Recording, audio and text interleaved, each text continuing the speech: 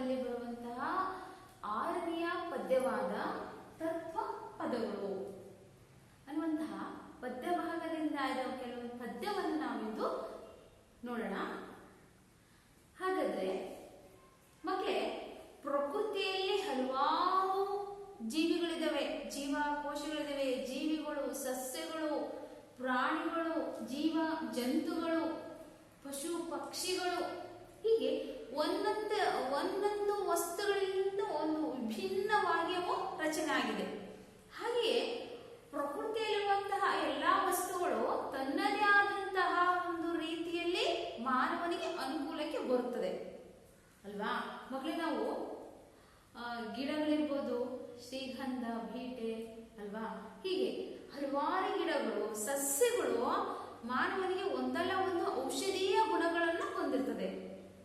ಅವು ವಿಭಿನ್ನ ರೀತಿಯಲ್ಲಿ ಅವು ಬೆಳವಣಿಗೆ ಆಗಿರ್ತದೆ.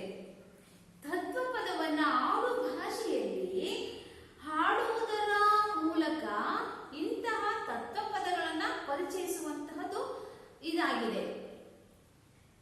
ಇಲ್ಲಿ ಮುಖ್ಯವಾಗಿ ಶಿಶುನಾಳ ಶರೀಫ್, ಕಡಿಗೋಳ, ಮಡಿವಾಳಪ್ಪ ಇಂತಹ ಹಲವಾರು ತತ್ವ ಪದಗಳನ್ನ ರಚನೆ ಮಾಡಿದ್ದಾರೆ. ಇವು ಹಿಂದಿ ಭಾಷೆಯಲ್ಲಿ ಕಬೀರರು ತತ್ವಜ್ಞಾನವನ್ನ ಹಿಂದಿ ಭಾಷೆಯಲ್ಲಿ ಬರುವಂತಹದ್ದು ಇದನ್ನ ಕನ್ನಡಕ್ಕೆ ಅನುವಾದ ಮಾಡಿದ್ದಾರೆ ಶಿಶುನಾಳ ಶರೀಫರು. ಇಂತಹ ಒಂದು ಕನ್ನಡದ ಕಬೀರ ಅನ್ನುವಂತಹ ಹೆಸರನ್ನ ಪಡೆದಂತವರು ಇವರಾಗಿದ್ದಾರೆ ಶಿಶುನಾಳ ಶರೀಫರು. ಹಿಂದಿಯಲ್ಲಿರುವಂತಹ ತತ್ವ ಪದಗಳನ್ನ ಆಧರಿಸಿ ಕನ್ನಡಕ್ಕೆ ಇಂತಹ ಉತ್ತಮವಾದಂತಹ ಪದಗಳನ್ನ ಕಾವ್ಯವನ್ನು ರಚಿಸಿದ್ದಾರೆ. ಹಾಗೆಯೇ ಉತ್ತಮವಾದಂತಹ ಒಂದು ಅಂಶಗಳನ್ನ ನಮಗೆ ತಿಳಿಸಿದ್ದಾರೆ ಅವರು. ಹಾಗೆಯೇ ಈ ಪ್ರಕೃತಿಯಲ್ಲಿರುವಂತಹ ಎಲ್ಲಾ ವಸ್ತುಗಳು, ಸಸ್ಯಗಳು, ಗಿಡಗಳು ಎಲ್ಲವೂ ಸಹ ಒಂದೊಂದು ರೀತಿಯಲ್ಲಿ ನಮಗೆ ಉಪಯೋಗಕ್ಕೆ ಬರ್ತಾ ಇದೆ ಅಲ್ವಾ ಮಕ್ಕಳೇ? ಹಾಗೆ ಪ್ರಕೃತಿ ಅನ್ನುವಂತಹದ್ದು ಒಂದು ಯಾರಿಗೂ ಬೇಡವಾದ ವಸ್ತು ಅಲ್ಲ, ಅದು ಎಲ್ಲರಿಗೂ ಬೇಕಾದಂತಹ ಒಂದು ವಸ್ತಾಗಿದೆ. ಕೆಲವು ಹೆಚ್ಚು ಮತ್ತೆ ಕಡಿಮೆ, ಕೆಲವೊಂದು ವಸ್ತುಗಳು ಹೆಚ್ಚಿಗೆ ಉಪಯೋಗಕ್ಕೆ ಬರ್ತದೆ, ಕೆಲವೊಂದು ವಸ್ತುಗಳು ಕಡಿಮೆ ಉಪಯೋಗಕ್ಕೆ ಬರ್ತದೆ ಮಕ್ಕಳೇ. ಹಾಗೆಯೇ ಮನುಷ್ಯನಾದಂತಹ ನಮಗೆ ಹುಟ್ಟಿನಿಂದ ಸಾಯುವವರೆಗೂ ಒಂದಲ್ಲ ಒಂದು ರೀತಿಯಲ್ಲಿ ಅತ್ಯಂತ ಹೆಚ್ಚಿನ ಪ್ರಮಾಣದಲ್ಲಿ ದಿನನಿತ್ಯದ ಒಂದು ರೂಪದಲ್ಲಿ ಅತ್ಯಮೂಲವಾದಂತಹ ಒಂದು ವಸ್ತು ನೀರು. ಇದನ್ನು ನಾವು ಬಳಕೆ ಮಾಡ್ತಾ ಇದ್ದೇವೆ. ಹಾಗೆಯೇ ಇದರಂತೆಯೇ ಅತ್ಯಂತ ಉಪಯುಕ್ತವಾಗಿರುವಂತಹ ಒಂದು ವಸ್ತು ಸಹ ಬಿದಿರು ಅಲ್ವಾ ಮಕ್ಕಳೇ? ಬಿದಿರು ಸಹ ಒಂದು ಅತ್ಯಂತ ಉಪಯುಕ್ತವಾದಂತಹ ಒಂದು ವಸ್ತು ಆಗಿದೆ. ಸಮಾಜದಲ್ಲಿ ಎಲ್ಲರಿಗೂ ಸಹ ಎಲ್ಲಾ ಸಂದರ್ಭಗಳಲ್ಲಿಯೂ ಬೇಕಾದಂತಹ ಒಂದು ಅತ್ಯಂತ ಅದ್ಭುತವಾದಂತಹ ಒಂದು ವಸ್ತು ಬಿದಿರು. ಬಿದಿರಿನ ಗಳಗಳನ್ನ ಗುಡಿಸಲು ಕಟ್ಟಲಿಕ್ಕೆ ತಗೋತೀವಿ, ದೇವಸ್ಥಾನ ಇದಕ್ ಮಾಡ್ತೀವಿ, ಚಪ್ಪರ ತಗೋತೀವಿ, ಮಗುವಿನ ತೊಟ್ಟಿಲಿ ತಗೋತೀವಿ, ಕೊಳಲು ಮಾಡ್ಲಿಕ್ಕೆ ತಗೋತೀವಿ. ಹೀಗೆ ಹಲವಾರು ಉಪಯೋಗಕ್ಕೆ ಬಿದಿರು ಬಂದಿದೆ ಅಲ್ವಾ ಬಿದಿರ. ಹಾಗೆಯೇ ಬಿದಿರಿನ ಎಲೆಗಳನ್ನ ದೀಪಾವಳಿ ಹಬ್ಬದಲ್ಲಿ ನಾವು ಏನ್ ಮಾಡ್ತೀವಿ, ಅವು ಯೂಸ್ ಮಾಡ್ತೀವಿ. ಅನೇಕ ಉಪಯೋಗಕಾರಿ ವಸ್ತು ಇದಾಗಿದೆ. ಹಾಗಾದ್ರೆ ಸಂತರ ಆ ದೃಷ್ಟಿಯಲ್ಲಿ ಈ ಬಿದಿರನ್ನ ನೋಡುವಂತಹ ಪರಿ ಅತ್ಯಂತ ಸುಂದರವಾಗಿದೆ ಮಕ್ಕಳೇ. ಹಾಗಾದ್ರೆ ನಾವಿಂದು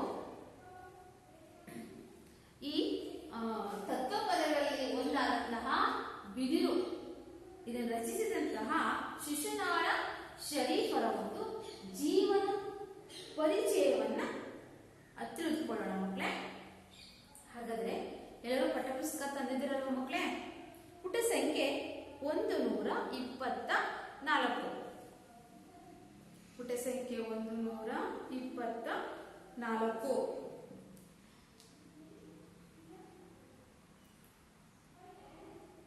ಹಾಗಾದ್ರೆ ಪದ್ಯ 6 ತತ್ವಪದಗಳು, ಕವಿ ಪರಿಚಯ. ಶಿಶುನಾಳ ಶರೀಫರು ಸಂತ ಶಿಶುನಾಳ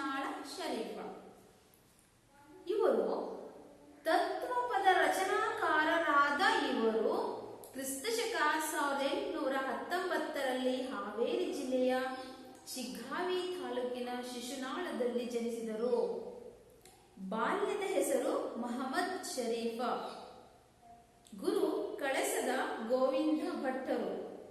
ಕರ್ನಾಟಕದ ಕಬೀರರೆಂದೇ ಶರೀಫರು ಪ್ರಸಿದ್ಧರು. ಶಿಶುನಾಳಾಧೀಶ, ಶಿಶುನಾಳೇಶ ಇವರ ಅಂಕಿತ. ಇವರು ನೂರಾರು ತತ್ವಪದಗಳನ್ನು ರಚಿಸಿದ್ದಾರೆ. ಹಾಗಾದ್ರೆ ಮಕ್ಕಳೇ ಬನ್ನಿ ನೋಡೋಣ, ಇನ್ನೊಂದು ಬಾರಿ ಕವಿ ಪರಿಚಯದ ಒಂದು ಪುನರಾವರ್ತನೆಯನ್ನ ನಾವು ಮಾಡೋಣ. ಇವರು 1819ರಲ್ಲಿ ಹಾವೇರಿ ಜಿಲ್ಲೆಯ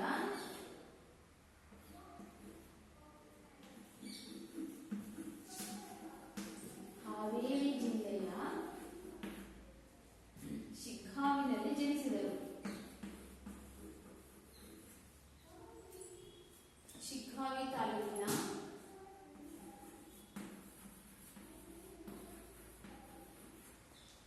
ಶಿಶುನಾಳವಂತಹ ಊರಿನಲ್ಲಿ ಇವರು ಜನಿಸಿದರು.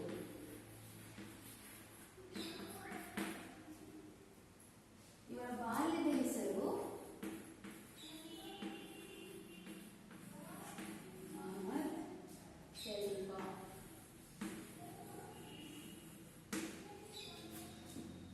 ಇವರ ಗುರು ಕಳಸದ ಗೋವಿಂದ ಭಟ್ಟರು. ಇವರು ಕರ್ನಾಟಕದ ಕಬೀರರೆಂದೇ ಹೆಸರು ಬಿರುದಿದೆ. ಕರ್ನಾಟಕದ ಕಬೀರರು.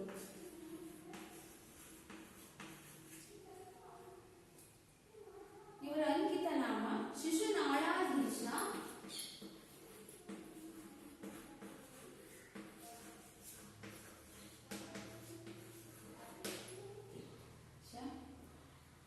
ಶಿಶುನಾಳೇಶ,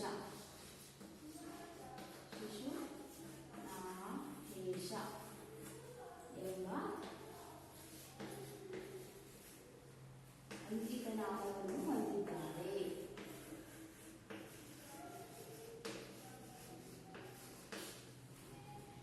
ಪ್ರಸ್ತುತ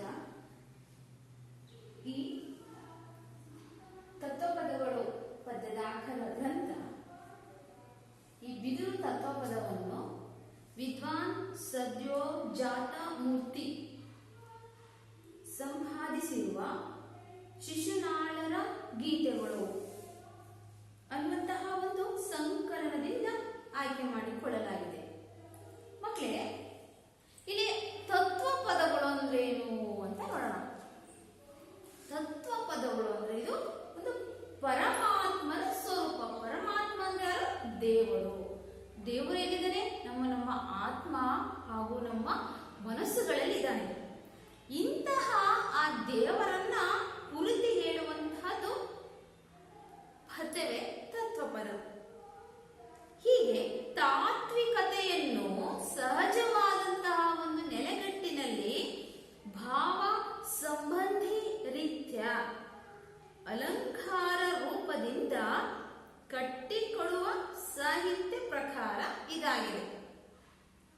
ಒಟ್ಟಾರೆಯಾಗಿ ಒಂದು ಭಕ್ತಿಯ ನೆಲೆಯಲ್ಲಿ ಸತ್ಯದ ಒಂದು ಸಾಕ್ಷಾತ್ಕಾರವನ್ನು ಪರಿಚಯಿಸುವುದೇ ಇದರ ಒಂದು ಮುಖ್ಯ ಉದ್ದೇಶ ಹಾಗೂ ಸಮನ್ವಯಗೊಳಿಸುವುದಾಗಿದೆ. ಹಾಗಾದ್ರೆ ಸತ್ಯ ಎಲ್ಲಿರುತ್ತೆ?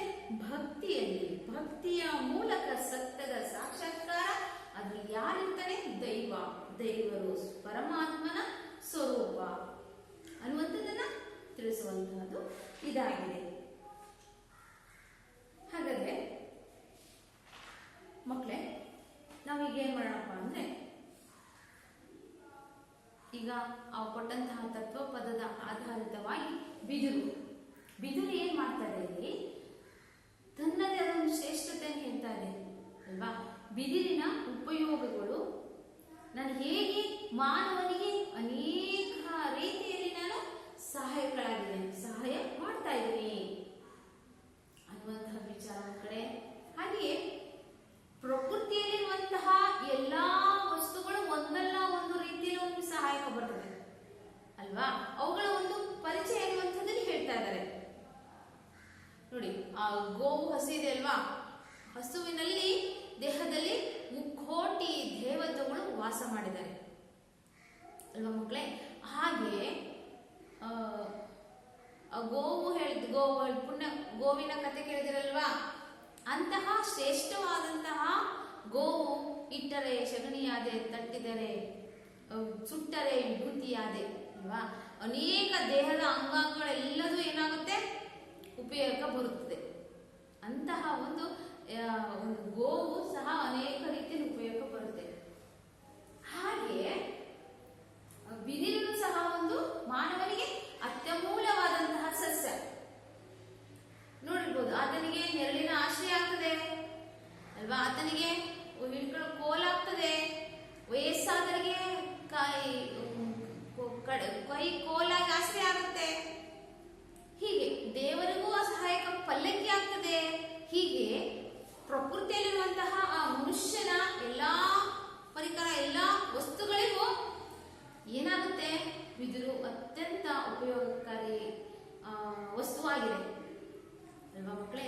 ಹಾಗಾದ್ರೆ ನಾವೀಗ ಬಿದಿರಿನ ಒಂದು ಉಪಯೋಗಗಳನ್ನು ತಿಳ್ಕೊಳ್ಳೋಣ.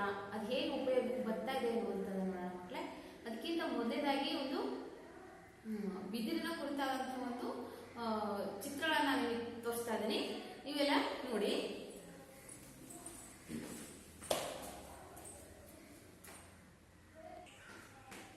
ರಚನೆ ಸಂತ ಶಿಶುನಾಳ ಶರೀಫರು. ಪ್ರಕೃತಿಯಲ್ಲಿ ಬೇಡವಾದ ವಸ್ತು ಯಾವುದೂ ಇಲ್ಲ.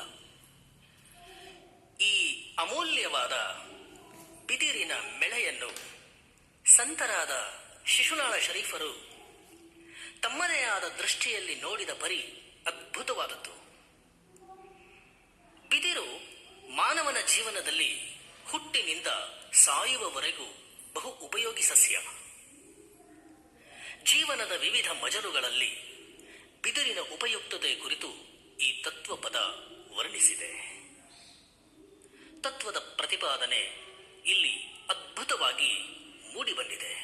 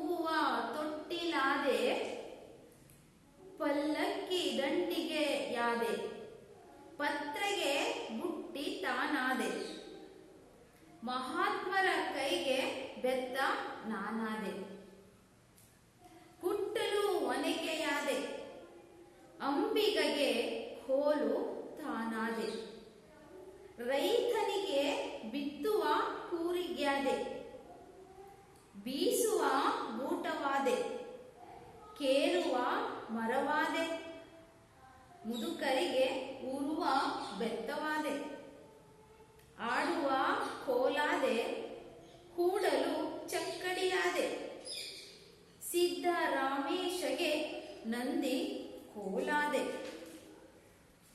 ನೆರಳಿಗೆ ಚಪ್ಪರವಾದೆ, ಏಕದಂಡಿಗೆ ಕೊಳವೆಯಾದೆ, ಶಿಶುನಾಳಾಧೀಶಗೆ ಓಲಗವಾದೆ. ಮಕ್ಕಳೇ, ಇದು ನೋಡಿರ್ಬೋದು ನೀವು. ಬಿದಿರಿನ ನಾನಾ ಉಪಯೋಗಗಳನ್ನ ಹೇಳ್ತಾ ಇದ್ದಾರೆ. ಈಗ ನೋಡೋಣ, ಪದಗಳ ಅರ್ಥಗಳನ್ನ ನೋಡ್ಕೊಳ್ಳೋಣ.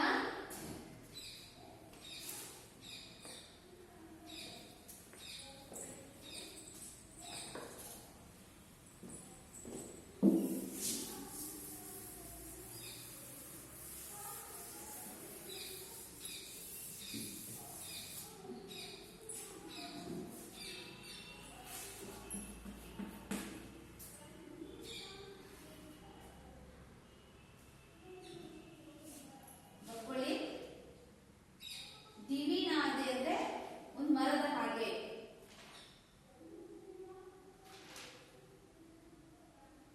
ಕೂರಿಗೆ,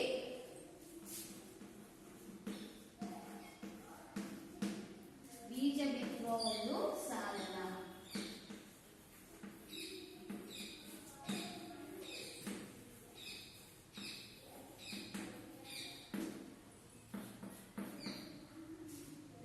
ದಂಟಿಗೆ, ಪಲ್ಲಕ್ಕಿ ಬರುವ ಕೋಲು.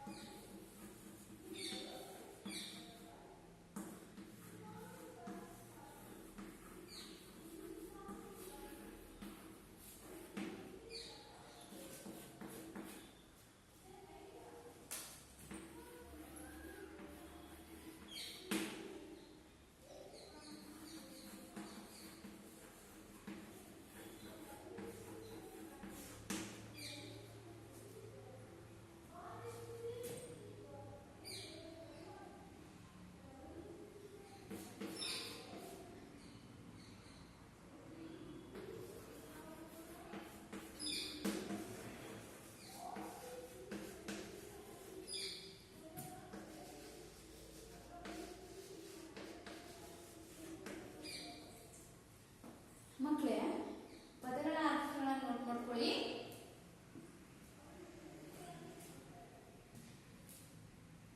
ಕೂರಿಗೆ ಅಂದ್ರೆ ಗ್ರಾಮೀಣ ಪ್ರದೇಶದಲ್ಲಿ ಹೊಲಗಳಿಗೆ ಕಾಳುಗಳನ್ನು ಹಾಕುವಾಗ ಹಾಕ್ತಾರಲ್ವಾ, ಅದು ಕಾಳುಗಳನ್ನು ಹಾಕ್ತಾ ಭೂಮಿ ಮೇಲೆ ಬೀಜವನ್ನು ಹಾಕಲಿಕ್ಕೆ ಉಪಯೋಗಿಸ್ತಾರೆ ಅದನ್ನ.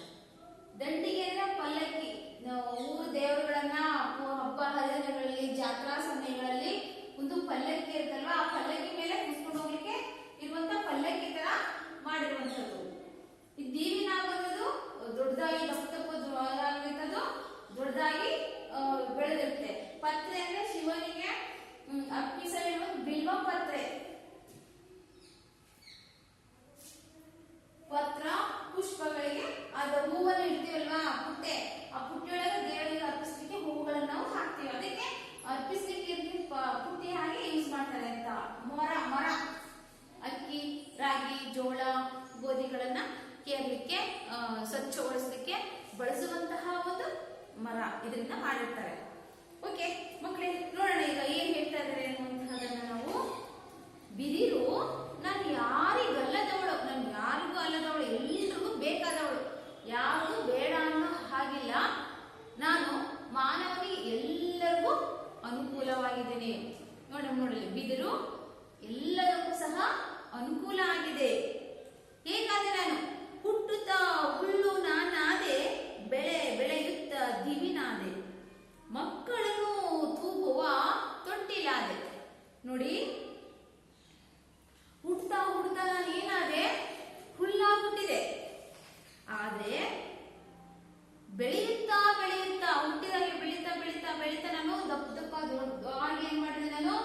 ದಿಂಬಿಗೆ ಹಾಗೆ ದೀವಿಗೆ ಹಾಗೆ ನಾನು ಏನ್ ಮಾಡಿದೆ, ಮೈ ತುಂಬಿಕೊಂಡೆ ಅಂದ್ರೆ ಫುಲ್ಲು ಆವರಿಸ್ಕೊಂಡೆ.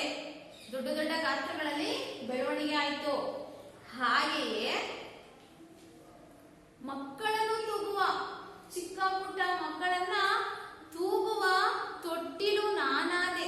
ಈಗೆಲ್ಲಿ ಮಕ್ಕಳು ಇವಾಗ ತೊಟ್ಟಿಲು ಇರಲ್ವಾ, ಇವಾಗ ಏನೇನು ಮಾಡ್ತೀವಿ ಆ ರೀತಿಯಲ್ಲಿ ಮಕ್ಕಳನ್ನು ತೂಗುವ ತೊಟ್ಟಿಲಾಗಿ ನಾನಾದೆ. ಅಂದ್ರೆ ಆ ಬಿದಿರಿನಿಂದ ಮಕ್ಕಳನ್ನು ತೂಗ್ಲಿಕ್ಕೆ ಬಳಸುವಂತಹ ತೊಟ್ಟಿಲನ್ನ ತಯಾರಿಸ್ತಾ ಇದ್ದಾರೆ. ಮಕ್ಕಳಿಗೂ ನಾನು ಅನುಕೂಲಕ್ಕೆ ಬಂದೆ ಅಂತ ಹೇಳ್ತಾ ಇದೆ. ನೆಕ್ಸ್ಟ್, ಪಲ್ಲಕ್ಕಿ ದಂಡಿಗೆಯಾದೆ. ದೇವರನ್ನು ಕೂರಿಸುವಂತಹ ಒಂದು ಇದು ಪಲ್ಲಕ್ಕಿ ನೋಡಿ. ಜಾತ್ರೆ, ಪೂಜೆ ಪುನಸ್ಕಾರಗಳು, ದೇವಸ್ಥಾನಗಳಲ್ಲಿ, ಹಬ್ಬ ಹರಿದಿನಗಳಲ್ಲಿ, ದಸರಾ ಹಬ್ಬಗಳಲ್ಲಿ ಅಲ್ವಾ, ಹೀಗೆ ದೇವರನ್ನ ಆ ಪಲ್ಲಕ್ಕಿಯ ಮೇಲೆ ಕೂರಿಸಿ ಏನ್ ಮಾಡ್ತಾ ಇದ್ದಾರೆ, ಮೆರವಣಿಗೆ ಮಾಡ್ತಾ ಇದ್ದಾರೆ. ಇಂತಹ ಒಂದು ದೇವರ ಶ್ರೇಷ್ಠವಾದಂತಹ ಆ ದೇವರಿಗೆ ನಾನು ಪಲ್ಲಕ್ಕಿಯಾದೆ, ದೇವರಿಗೆ ಉಪಯೋಗಕ್ಕೆ ನಾನು ಬಂದೆ ಅನ್ನುವಂತಹ ಮಾತನ್ನ ಇವರು ಹೇಳ್ತಾ ಇದ್ದಾರೆ. ಬಿದಿರಿನ ಉಪಯೋಗ ಹೇಳ್ತಾ ಇದ್ದಾರೆ. ಹಾಗೆ ಪತ್ರೆಗೆ ಬುಟ್ಟಿ ತಾನಾದೆ. ಈ ದೇವರಿಗೆ ಪೂಜೆಗಾಗಿ ಹೋಗ್ತಿಲ್ವಾ, ದೇವರಿಗೆ ಅರ್ಪಿಸ್ಲಿಕ್ಕೆ ಹೂವು, ಬಿಲ್ಪತ್ರೆಗಳು, ಇಂತಹ ವಸ್ತುಗಳನ್ನ ಇಟ್ಕೊಂಡು ಹೋಗ್ಲಿಕ್ಕೆ ನಾನು ಪುಟ್ಟಿಯಾದೆ. ಪುಟ್ಟಿ ತಾನಾದೆ, ಪುಟ್ಟಿ ನಾನಾದೆ. ಹಾಗೆಯೇ ಮಹಾತ್ಮರ ಕೈಗೆ ಬೆತ್ತನಾನಾದೆ. ಶ್ರೇಷ್ಠ ಮಹಾತ್ಮ ಗಾಂಧೀಜಿ ಅಲ್ವಾ, ಇಂತಹ ಶ್ರೇಷ್ಠ ಮಹಾನ್ ವ್ಯಕ್ತಿಗಳ ಕೈಗೆ ನಾನು ಬೆತ್ತಾಗಿ ಆಸರೆಯಾದೆ ನಾನು ಅಲ್ವಾ ಅಂತ ಅದು ಹೇಳ್ತಾ ಇದೆ. ಹೀಗೆ ದೇವರನ್ನ ಹೊರಿಸುವ ಪಲ್ಲಕ್ಕಿಯಾಗಿ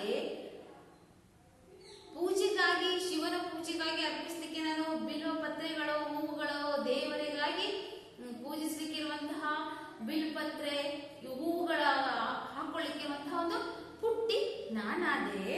ಮಹಾತ್ಮರ ಶ್ರೇಷ್ಠ ಮಹಾನ್ ವ್ಯಕ್ತಿಗಳ ಕೈಗೆ ನಾನು ಏನಾದೆ, ಬೆತ್ತವಾದೆ. ನಾನು ಯಾರಿಗಲ್ಲದವಳು ಹೇಳು? ಹಾಗಾದ್ರೆ ನಾನು ಯಾರಿಗಲ್ಲ, ನಾನು ಎಲ್ಲರಿಗೂ ಆದವಳು, ಅಂದ್ರೆ ಎಲ್ಲರಿಗೂ ಬೇಕಾದವಳು, ಎಲ್ಲರಿಗೂ ಸಹಾಯಕ್ಕಾಗಿ ಇರುವವಳು ನಾನು ಬಿದಿರು ಅಂತ ಹೇಳ್ತಾ ಇದೆ. ನೆಕ್ಸ್ಟ್ ನೋಡೋಣ, ಮತ್ತೇನು ಯಾವುದಕ್ಕಾಗಿ ಉಪಯೋಗಕ್ಕೆ ಬರ್ತದೆ ಅಂತ. ಕುಟ್ಟಲು ಒನಕೆಯಾದೆ. ನೋಡಿ, ಹಿಂದಿನ ಕಾಲದಲ್ಲಿ ಕಾಳುಗಳನ್ನೆಲ್ಲ ಏನ್ ಮಾಡ್ತಾ ಇದ್ರು, ಕುಟ್ತಾ ಇದ್ರು ಒನಕೆಯಾಗಿ. ಈಗೆಲ್ಲ ಆಧುನಿಕತೆ ಮುಂದುವರೆದ ಹಾಗೆ ಏನಾಗಿದೆ, ಅವುಗಳ ಬಳಕೆ ಅನ್ನುವಂಥದ್ದು ಕಡಿಮೆಯಾಗಿದೆ. ಕಾಳುಗಳನ್ನ ಕುಟ್ಲಿಕ್ಕೆ ಏನು ಸಹಾಯಕ ಆಗಿದ್ದೆ, ಅದು ಒನಕೆ.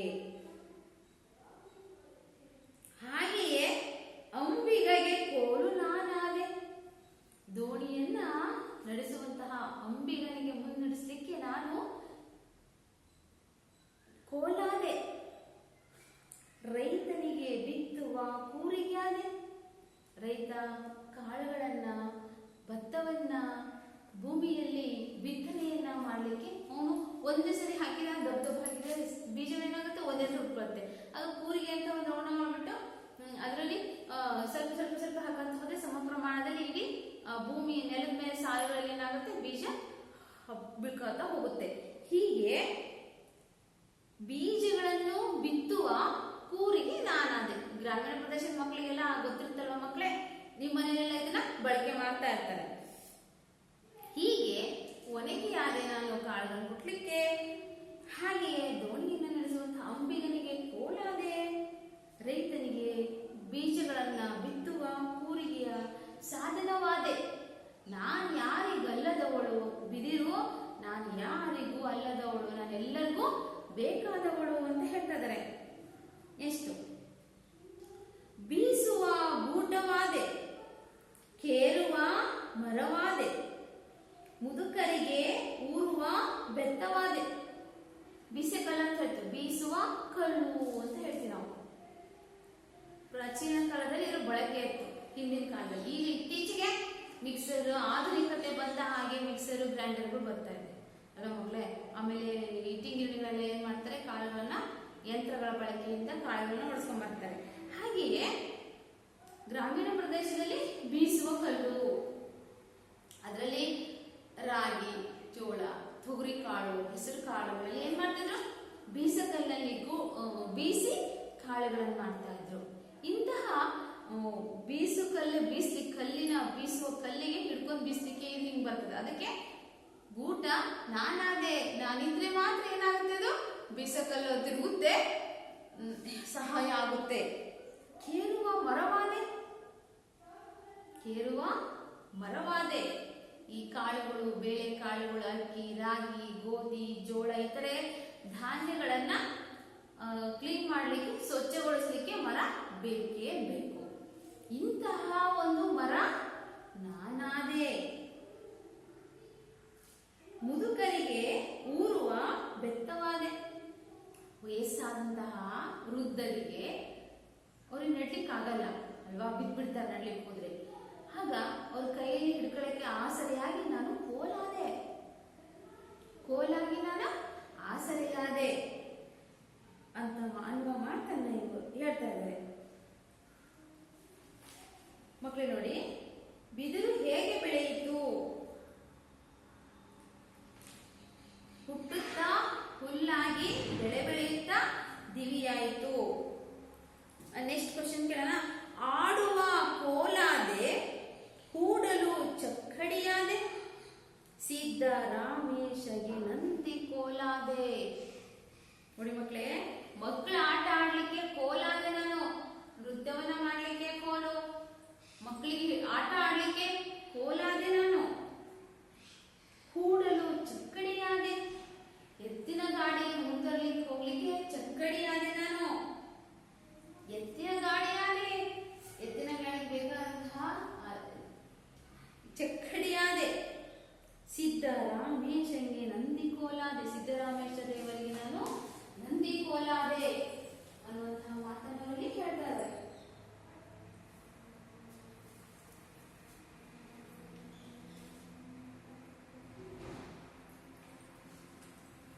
ಮಕ್ಕಳೇ, ಈ ರೀತಿಯಾಗಿ ಬಿದಿರು ಅನೇಕ ರೀತಿಯಲ್ಲಿ ನಮಗೆ ಉಪಯೋಗ ಬರ್ತಾ ಇದೆ. ಚಿಕ್ಕ ಮಕ್ಕಳಿಗೆ ಆಟ ಆಡಲು ಕೋಲಾಯ್ತು, ಎತ್ತಿನ ಗಾಡಿಗೆ ಚಕ್ಕಡಿ ಆಯ್ತು, ಸಿದ್ದರಾಮೇಶ್ವರ ದೇವನಿಗೆ ನಂದಿ ಆಯ್ತು, ನಂದಿ ಕೋಲಾಯ್ತು. ಮುಂದೆ ನೋಡೋಣ. ನೆರಳಿಗೆ ಚಪ್ಪರವಾದೆ, ಏಕ ದಂಡಿಗೆ ಕೊಳವೆಯಾದೆ, ಶಿಶುನಾಳಧೀಶಗೆ ಓಲಗವಾದೆ. ಜನರಿಗೆ ನೆರಳನ್ನ ಕೊಡಲಿಕ್ಕೆ ಚಪ್ಪರ ಆದ ಮೇಲೆ ಬೀಳೋದಕ್ಕೆ ಚಪ್ಪರ, ಹಾಗೆ ಕೊಳಲಿಗೆ ತಂತಿಯಾದೆ, ಹಾಗೆ ಶಿಶುನಾಳಧೀಶರಿಗೆ ಓಲಗ ನಾನಾದೆ. ಹಾಗಾದ್ರೆ ನಾನ್ಯಾರಿಗಲ್ಲದವಳು? ನಾನು ಯಾರಿಗೂ ಅಲ್ಲದವಳು ಅಂದ್ರೆ ನಾನು ಎಲ್ಲರಿಗೂ ಬೇಕಾದವಳು. ಎಲ್ಲ ಮನುಷ್ಯರಿಗೂ ಮಾನವನಿಗೂ ಸಹಾಯಕ್ಕೆ ನಾನು ಬರುತ್ತೇನೆ. ಎಲ್ಲರ ರೀತಿಯಲ್ಲೂ ನಾನು ಉಪಯೋಗಕ್ಕೆ ಬರುವಂತಹ ಶ್ರೇಷ್ಠ ವಸ್ತು ನಾನಾಗಿದ್ದೇನೆ ಅನ್ನುವಂತಹ ಮಾತನ್ನು ಬಿದಿರು ಹೇಳ್ತಾ ಇದೆ. ಹಾಗಾದ್ರೆ ಮಕ್ಕಳೇ, ಇನ್ನೊಂದು ಬಾರಿ ಇದರ ಒಂದು ಬಿದಿರಿನ ಉಪಯೋಗಗಳನ್ನು ತಿಳಿಸಿ ಏನ್ ಬರುತ್ತೆ. ಹಾಗೆಯೇ ಈ ಬಿದಿರಿದೆ ಅಲ್ವಾ, ಇದರ ಒಂದೆರಡು ಸಾಲ ನೀವು ಕಂಠಪಾಠ. ಬೀಸುವ ಊಟವಾದೆ, ಕೇಳುವ ಮರವಾದೆ, ಮುದುಕರಿಗೆ ಊರುವ ಬೆತ್ತವಾದೆ, ಆಡುವ ಕೋಲಾದೆ, ಹೂಡಲು ಚಕ್ಕಡಿಯಾದೆ, ಸಿದ್ದರಾಮೇಶಗೆ ನಂದಿ ಕೋಲಾದೆ ಅಲ್ವಾ. ಇವೆರಡು ಪ್ಯಾರವನ್ನ ನೀವು ಕಂಠಪಾಠ ಮಾಡಬೇಕು. ಕಂಠಪಾಠ ಮಾಡಿ ಅದನ್ನು ನೀವೇನ್ ಮಾಡಬೇಕು, ಬರಿಬೇಕಾಗ್ತದೆ ಮಕ್ಕಳೇ. ನೋಡ್ಕೊಳ್ಳಿಕ್ಕೆ ಅದನ್ನ ನೀವು ಬರಿಬೇಕು.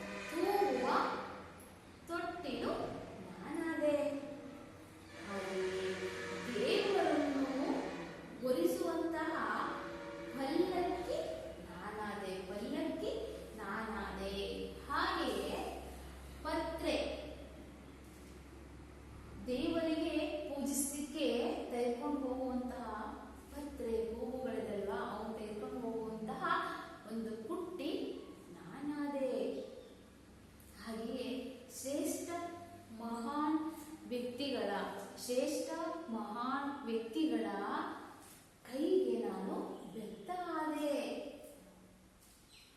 ನೆಕ್ಸ್ಟ್ ಹೇಳ್ತಾ ಇದ್ದಾರೆ, ಕುಟ್ಟಲು ವಿವಿಧ ದವಸ ಧಾನ್ಯಗಳನ್ನ ಕುಟ್ಟಲು ನಾನು ಒನಕೆಯಾದೆ. ಹಾಗೆಯೇ ಅಂಬಿಗನಿಗೆ ನಾನು ಕೋಲಾದೆ. ರೈತನಿಗೆ ಬಿತ್ತುವ ಕೂಲಿಗೆಯಾದೆ. ರೈತನಿಗೆ ಬೀಜಗಳನ್ನು ಬಿತ್ತುವ ಕೂಲಿಗೆಯಾದೆ. ಮತ್ತೆ ಬೀಸುವ ಕಲ್ಲಿಗೆ ನಾನು ಗೂಟವಾದೆ. ಬೀಸುವ ಕಲ್ಲಿಗೆ ಗೂಟವಾದೆ. ವಿವಿಧ ಅಕ್ಕಿ, ರಾಗಿ, ಗೋಧಿ, ಜೋಳ ಕಾಳುಗಳನ್ನ ಸ್ವಚ್ಛಗೊಳಿಸಲು ನಾನು ಮರವಾದೆ. ಮುದುಕರಿಗೆ, ವಯಸ್ಸಾದಂತಹ ವೃದ್ಧರಿಗೆ ಆಸರೆ ನಾನು ಬೆತ್ತವಾದೆ. ಹಾಗೆಯೇ ಚಿಕ್ಕ ಪುಟ್ಟ ಮಕ್ಕಳಿಗೆ ಆಟವನ್ನ ಆಡಲಿಕ್ಕೆ ನಾನು ಕೋಲಾದೆ. ಹೂಡಲು ಚಕ್ಕಡಿಯಾದೆ. ಹೂಡಲು ಎತ್ತಿನ ಗಾಡಿಯನ್ನ ಹೂಡ್ಲಿಕ್ಕೆ, ಎತ್ತಿನ ಗಾಡಿ ತಯಾರಿಗೆ ಚಕ್ಕಡಿ ಅಂತಾರಲ್ವಾ, ಆ ಗಾಲಿ ಅಂತಲ್ಲ, ಆ ಚಕ್ಕಡಿ ನಾನಾದೆ. ಅದರಿಂದ ಏನು ಉಪಯೋಗ ಬರುತ್ತೆ? ರೈತ ಏನ್ ಮಾಡ್ತಾನೆ? ಎತ್ತಿನ ಗಾಡಿಯಲ್ಲಿ ಹೋಗಿ ಹುಲ್ಲಿನ ಪೆಂಡೆ ಹೋಗ್ಕೊಂಡ್ಬರ್ತಾನೆ ಅಲ್ವಾ, ಧಾನ್ಯಗಳನ್ನು ತಗೊಂಡ್ಬರ್ತಾನೆ ಒಂದು ಸ್ಥಳ ಮತ್ತೊಂದು ಸ್ಥಳಕ್ಕೆ. ಹೀಗೆ ಅನೇಕ ರೀತಿಯಲ್ಲಿ ಅದು ಉಪಯೋಗ ಬರ್ತದೆ. ಸಿದ್ಧರಾಮೇಶಗೆ ನಂದಿಕೋಲಾದೆ. ಸಿದ್ಧರಾಮೇಶನಿಗೆ, ದೇವರಿಗೆ ನಾನು ನಂದಿಕೋಲಾದೆ. ಮಕ್ಕಳೇ, ಈ ಎತ್ತಿನ ಗಾಡಿ ಅನ್ನುವಂಥದ್ದು ಇತ್ತೀಚೆಗೆ ಕಡಿಮೆ ಆಗಿದೆ ಅಲ್ವಾ. ಹಿಂದಿನ ಕಾಲದಲ್ಲಿ ಎತ್ತಿನ ಗಾಡಿಯಿಂದಲೇ ಫಸ್ಟ್ ಕಾಲ್ನಡಿಗೆ ಹೋಗ್ತಾ ಇದ್ರು ಊರಿಂದ ಊರಿಗೆ. ಅದಾದ ನಂತರ ಎತ್ತಿನ ಗಾಡಿಯಲ್ಲಿ ಒಂದು ಸ್ಥಳದಿಂದ ಮತ್ತೊಂದು ಸ್ಥಳಕ್ಕೆ ಪ್ರಯಾಣವನ್ನು ಅವರು ಮಾಡ್ತಾರೆ. ಹಿಂದೆಲ್ಲ ಅವೇ ವಾಹನಗಳಾಗಿತ್ತು ಮನುಷ್ಯನಿಗೆ. ಈಗ ಆಧುನಿಕತೆ ಮುಂದುವರೆದ ಹಾಗೆ ಮಾನವನ ಒಂದು ಅಭಿವೃದ್ಧಿಯಿಂದಾಗಿ ಮನೆಗೆ ಒಂದು ಬೈಕ್, ಒಬ್ಬರಿಗೆ ಒಂದೊಂದು ಬೈಕ್ ಅಂತ ಇದೆ ಅಲ್ವಾ. ಹೀಗೆ ಅನೇಕ ರೀತಿಯಲ್ಲಿ ಈ ಬಿರು ಮಾನವರಿಗೆ ಉಪಯೋಗ ಆಗ್ತಾ ಇದೆ. ಅನೇಕ ಸಾಧು ಸಂತರು, ಜನರು, ಒಳ್ಳೆಯ ಪಶು ಪಕ್ಷಿಗಳು ಎಲ್ಲರಿಗೂ ಆಸೆಯಾಗಿದೆ. ನೆರಳಿಗೆ ಚಪ್ಪರವಾದೆ. ನೆರಳನ್ನು ನೋಡ್ಲಿಕ್ಕೆ ಚಪ್ಪರ ಮೇಲ್ಭಾಗದಲ್ಲಿ ಹೊದಿಕೆ ತಯಾರಲಿಕ್ಕೆ ಚಪ್ಪರ ಆಯ್ತು. ಅಂದ್ರೆ ಚಪ್ಪರ ಹಾಕುವಾಗ ಇರೋ ಬಳಕೆ ಇದೆ. ಬಿದಿರು ದಿಂಬುಗಳನ್ನ ಏನ್ ಮಾಡ್ತಾರೆ, ಅದನ್ನ ತಗೊಂಡೋಗಿ ತಯಾರು ಮಾಡ್ತಾ ಇದ್ದಾರೆ. ಹಾಗೆಯೇ ಕೊಳಲಾದೆ. ಹೇಳ್ಕೊಂಡು ಕೊಳಲುತ್ತಾರಲ್ವಾ, ಕೊಳಲಾದೆ. ಶಿಶುನಾಳ ದೀಕ್ಷರಿಗೆ ಮೂಲವಾದೆ ನಾನು. ಈ ರೀತಿಯಲ್ಲಿ ಈ ಬಿದಿರು ಅನ್ನುವಂಥದ್ದು ಸಹಾಯ ಬರ್ತಾರೆ ಅನ್ನುವಂಥ ಮಾತನ್ನು ಹೇಳ್ತಾ ಇದ್ದಾರೆ. ಮಕ್ಕಳು ಇದುವರೆಗೂ ನೋಡಿರಲ್ವಾ. ಈಗ ಹಾಗಾದ್ರೆ ನಾನು ಪ್ರಶ್ನೆಗೆ ಉತ್ತರ ಹೇಳ್ತಿರಲ್ವಾ, ನೋಡೋಣ. ಹೇಳ್ತಾ ಇರ್ತೀರಲ್ವಾ? ಓಕೆ.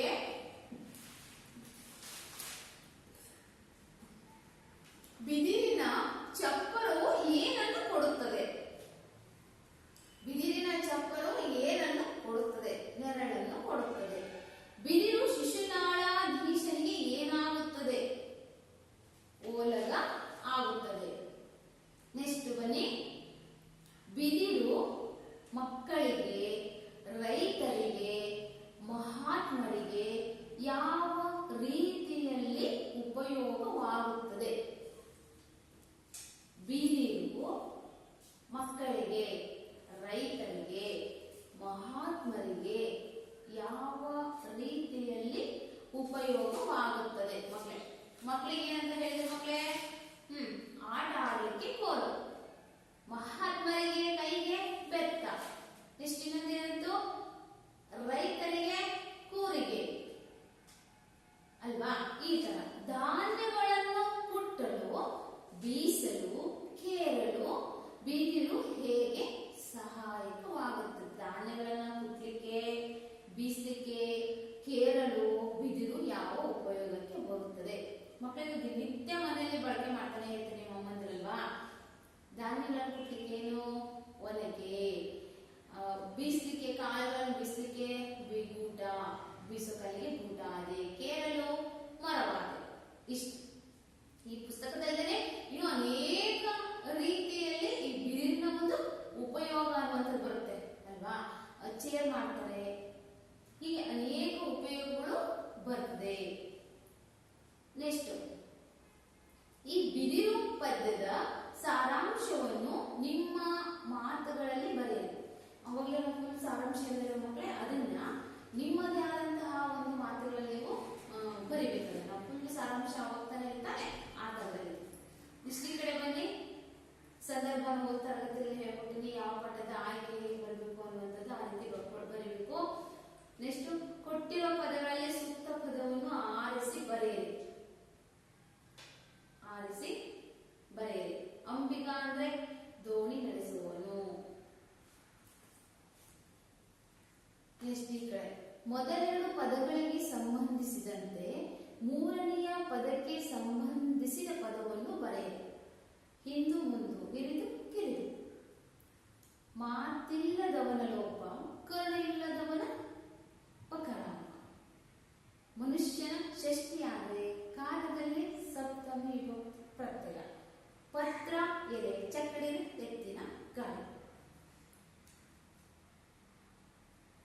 ಹೀಗೆ ಇನ್ನೊಂದು ಗೋವಿನ ಬಗ್ಗೆ ಬರುತ್ತಲ್ಲ ಮಕ್ಕಳೇ.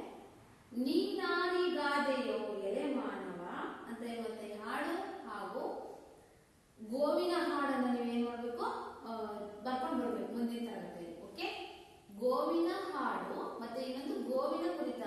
ನೀನಾರಿಗಾದೆಯೋ ಎಲೆ ಮಾನವ, ಹರಿಹರಿ ಗೋ ಅಂತ ಬರ್ತಾರ ಒಂದು ಆ ಪದ್ಯವನ್ನು ನೀವೇನ್ ಮಾಡ್ಬೇಕು, ಹಾಡನ್ನ ಬರ್ಕೊಂಡು ಬರ್ಬೇಕು. ಓಕೆ ಮಕ್ಕಳೇ,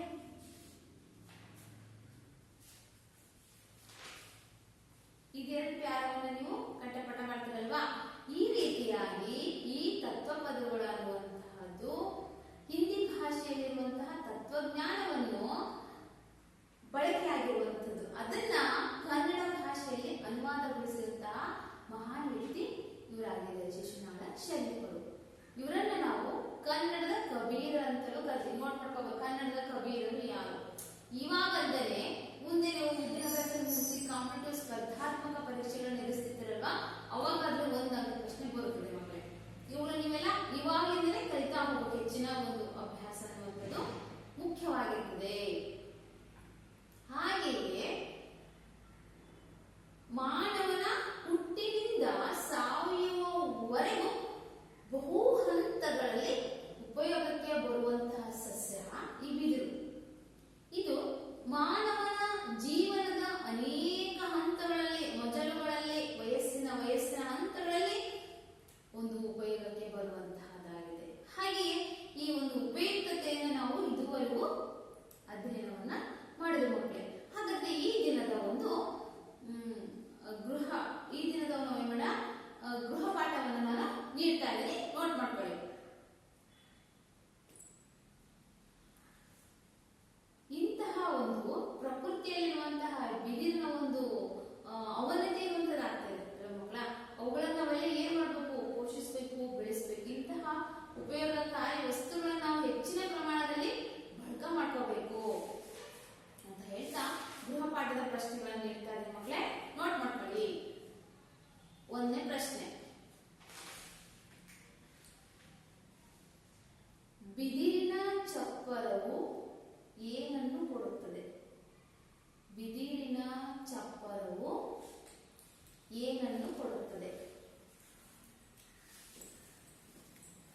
ಬಿದಿರಿನ ಚಪ್ಪರವು ಏನನ್ನು ಕೊಡುತ್ತದೆ?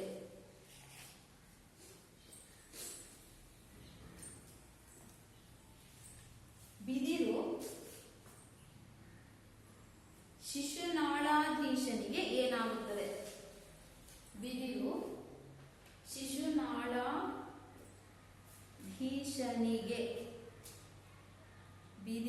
ಶಿಶುನಾಳಾಧೀಶನಿಗೆ ಏನಾಗುತ್ತದೆ?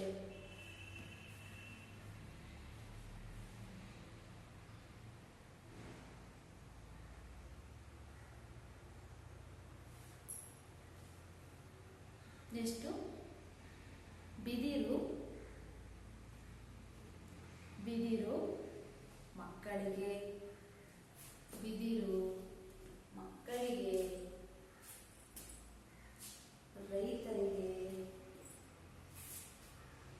ಮಕ್ಕಳಿಗೆ ರೈತರಿಗೆ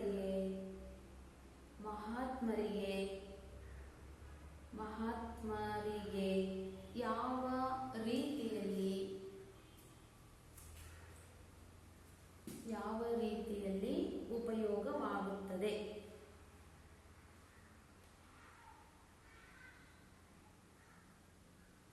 ನೆಕ್ಸ್ಟ್ ಕ್ವಶನ್. ಬಿದಿರು ಪದ್ಯದ ಸಾರಾಂಶವನ್ನು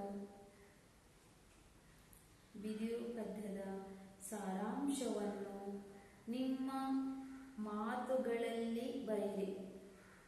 ಬಿದಿರು ಪದ್ಯದ ಸಾರಾಂಶವನ್ನು ನಿಮ್ಮ ಮಾತುಗಳಲ್ಲಿ ಬರೆಯಿರಿ. Next,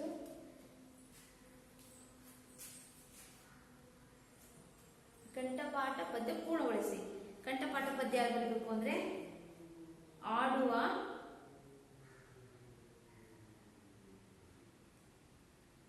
dash ಕೋಲಾದೆ. ನೆಕ್ಸ್ಟ್, ಬೀಸುವ ಡ್ಯಾಶ್ ಬೆತ್ತವಾದೆ. ಇದೆಯಲ್ಲ ಮಕ್ಕಳೇ, 4 ಮತ್ತು 5ನೇ ಕಂಠಪಾಠವನ್ನು ನೀವು ಕಲಿತು ಅದನ್ನ ಗೃಹಪಾಠ ಎಕ್ಸರ್ಸೈಸ್ ಅಲ್ಲಿ ನೋಟ್ ಮಾಡ್ಕೊಂಡು ಬರ್ಬೇಕು ಮಕ್ಕಳೇ. ಓಕೆ, ಇದುವರೆಗೂ ನಾವು ತತ್ವಪದಗಳ ಪದ್ಯವನ್ನ ಅರ್ಥೈಸಿಕೊಂಡ್ವಿ. ಮುಂದಿನ ತರಗತಿಗಳಲ್ಲಿ ಇನ್ನುಳಿದಂತಹ ಅಧ್ಯಯನವನ್ನ ಮಾಡೋಣ. ಧನ್ಯವಾದಗಳು.